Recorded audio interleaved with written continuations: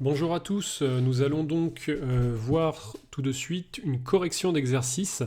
Alors pour ceux qui ne le savent pas, nous avons donc sorti une formation, un programme de formation qui s'appelle Devenir rédacteur web, qui a été créé en fait tout simplement pour les personnes qui souhaitent se former, alors soit des personnes qui sont déjà dans le marketing, qui souhaitent se former sur la rédaction, soit peut-être des personnes, alors on a beaucoup de personnes qui souhaitent en fait changer totalement de métier et se lancer dans le SEO et la rédaction.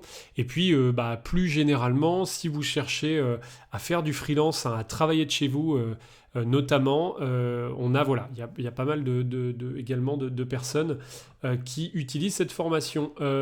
Donc on va voir aujourd'hui une correction d'exercice. Alors ce qu'il faut savoir, c'est que dans le cadre de cette formation, dès lors que vous la prenez, vous avez donc un support de 7 jours par email et vous pouvez bien sûr, par exemple, travailler sur une requête spécifique, rédiger le texte, nous l'envoyer, demander un retour, etc., etc.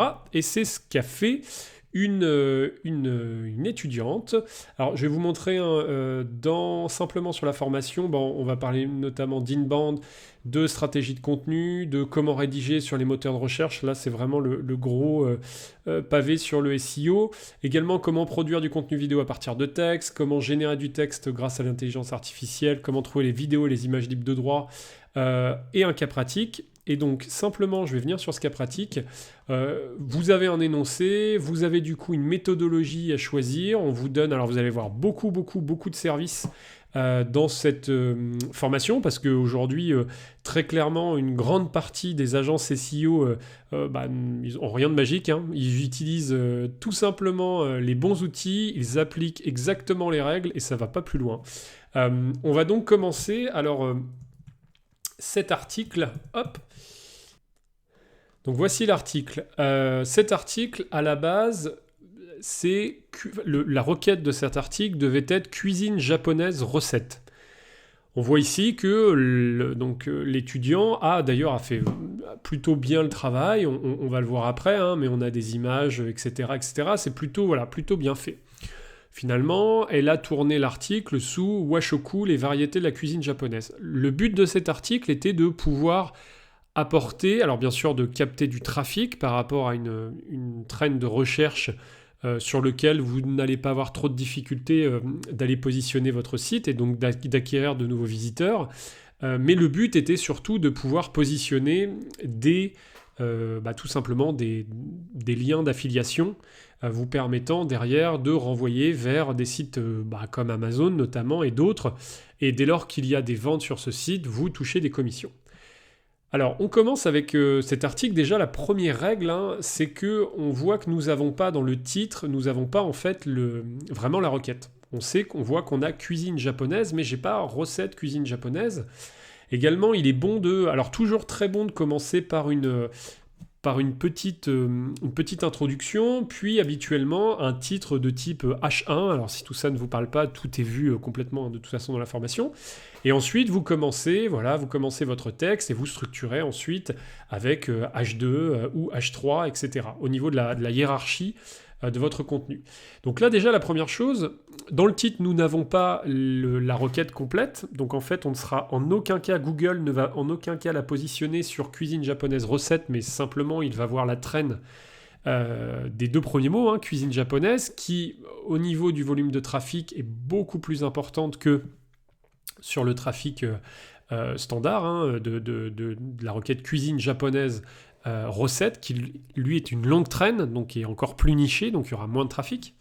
Donc je n'ai pas non plus dans mon petit chapeau, ma petite introduction, mes termes, cuisine japonaise recette. Je n'ai pas non plus, on le voit au début, alors là du coup ça va plutôt se positionner du coup sur Washoku, mais ici je n'ai pas de titre. Je ne retrouve pas mes termes, et par contre, attention, hein, j'en parle notamment dans la formation, sur ce que l'on va appeler le ratio texte-code. Google en fait regarde, dès lors que vous avez une page web, le ratio texte-code. C'est-à-dire que pour mettre en forme sur votre page, notamment si vous utilisez un site WordPress, il va utiliser du code HTML pour vous permettre, par exemple ici, de mettre des puces. Le problème, c'est que si vous utilisez trop de choses comme cela, vous allez en fait rajouter du code HTML qui peut-être n'a pas spécifiquement besoin d'être là. En plus, ici, sur l'article, on voit que la rédactrice n'a fait vraiment que des puces, donc c'est plutôt difficile à lire. Également, attention, au niveau de la mise en page, on voit ici qu'il n'y a pas de saut à la ligne, c'est très compliqué à lire. Il n'y a pas de lien, il faut toujours mettre des liens, hein, comme expliqué dans la formation, notamment des liens internes, des liens externes, alors, du coup en appliquant bien les règles qui sont expliquées. Donc là, je n'ai pas de lien du tout, ça c'est quand même une problématique.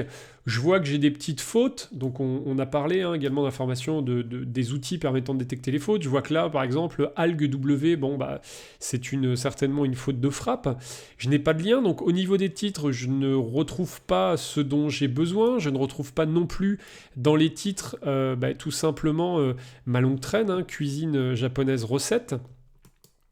Et puis, autre chose également, je ne retrouve pas en fait de passages dans le texte qui sont mis en avant, notamment en les mettant en gras. Ça, c'est quelque chose que Google également apprécie, c'est le fait que vous allez apporter de la valeur dans votre contenu, et dans le cadre de ce contenu, vous allez mettre en gras du texte qui va vous permettre tout simplement de mettre en avant une phrase ou des mots spécifiques pour dire, voilà, dans votre contenu, ces termes ont vraiment une signification plus prononcée que le reste de l'article.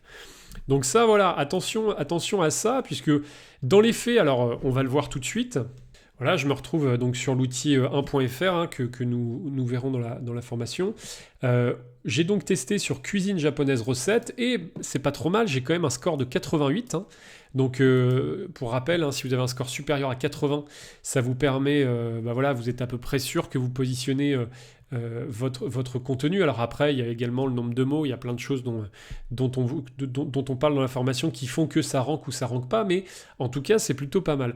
Et on voit que il y a quand même un certain nombre de mots qui ne sont pas ajoutés et qui peuvent être ajoutés dans le contenu en question.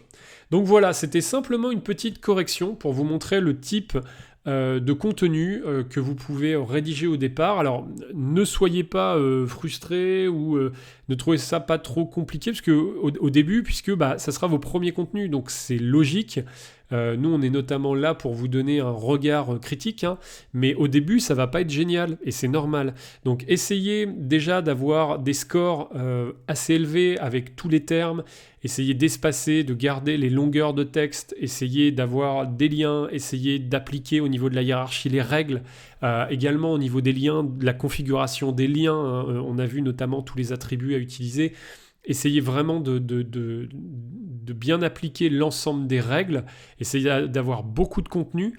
Je le montre, hein, notamment, on le voit dans la formation, comment calculer le volume de mots à produire pour être sûr de commencer à sortir. Également au niveau de toute la stratégie de backlink dont nous parlons. Mais voilà, c'est très important. Ne soyez pas surpris, déçus ou quoi que ce soit au début. C'est normal. C'est tout à fait normal que ce ne soit pas parfait, mais il est préférable de lancer des choses imparfaites sur lesquelles vous allez apprendre et vous allez vous améliorer que de lancer des choses qui seraient parfaites que vous allez mettre peut-être des mois, voire même une bonne année avant de produire.